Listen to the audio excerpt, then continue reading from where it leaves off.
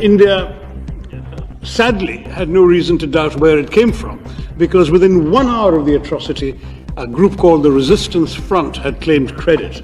The Resistance Front was known for some years to be a frontal organization of the banned proscribed Lashkar-e-Taiba, which is on the US designated terror list as well as the UN sanctions committees. And India had gone to the UN Sanctions Committee with information about the Resistance Front in 2023 and in 24, and now sadly it had acted in 25. They repeated their claim the next day until, of course, global condemnation, I think, woke their handlers up to the dangers as represented, and then they deleted their claim on the third day. But by then, the claim had been made, recorded, registered, and reported. And for us, therefore, the culpability lay not just with the 4 or 5, we're not 100% sure, evil killers who came to Pahalgam and did this atrocity, but also with those who had sent them, financed them, equipped them, trained them, guided them into doing this. And since we knew where Lashkar-e-Taiba is headquartered, it has its not just a safe haven, but a rather generous 200-acre campus in a city in the heartland of Pakistani Punjab. We also knew where the responsibility lay.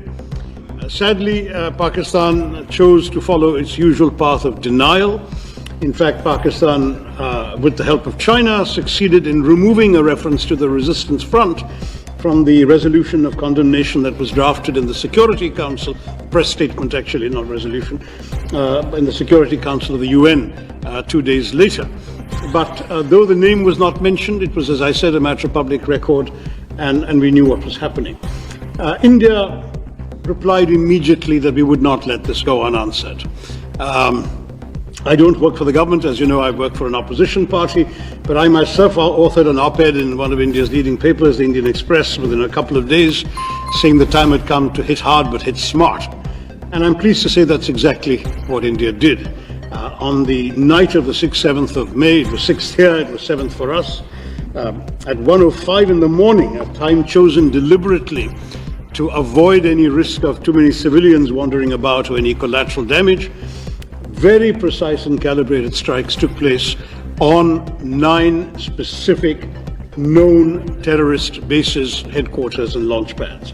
Those included those of the Lashkar-e-Taiba in a place called Muridke, those of the Jaish-e-Mohammed, the organization that is responsible, amongst other things, for the murder of Daniel Pearl, some of you knew in New York, and others, Jaish-e-Mohammed in Bahawalpur, and in Muzaffarabad, which is in Pakistan, the Pakistani-occupied part of Kashmir, there were no less than 3 different terror organizations which had their bases there, Harkatul Ansar, Harkatul Mujahideen, others. And so India sent a clear message, number one, that it was not going to take terror lying down, it would answer, but equally that by delivering very precisely calculated, calibrated strikes on very specific targets, it was also sending a message that this was not meant to be the opening salvo in a protracted war, but just an act of retribution, that we were prepared to stop with that act.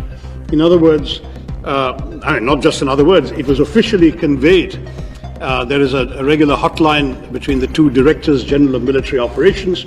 The message was conveyed that this was the intent, that it was pointed out that no military targets, no civilian targets, and no governmental targets had been hit, not even by accident, and that the message therefore had been delivered exactly and precisely to the terrorists and their handlers.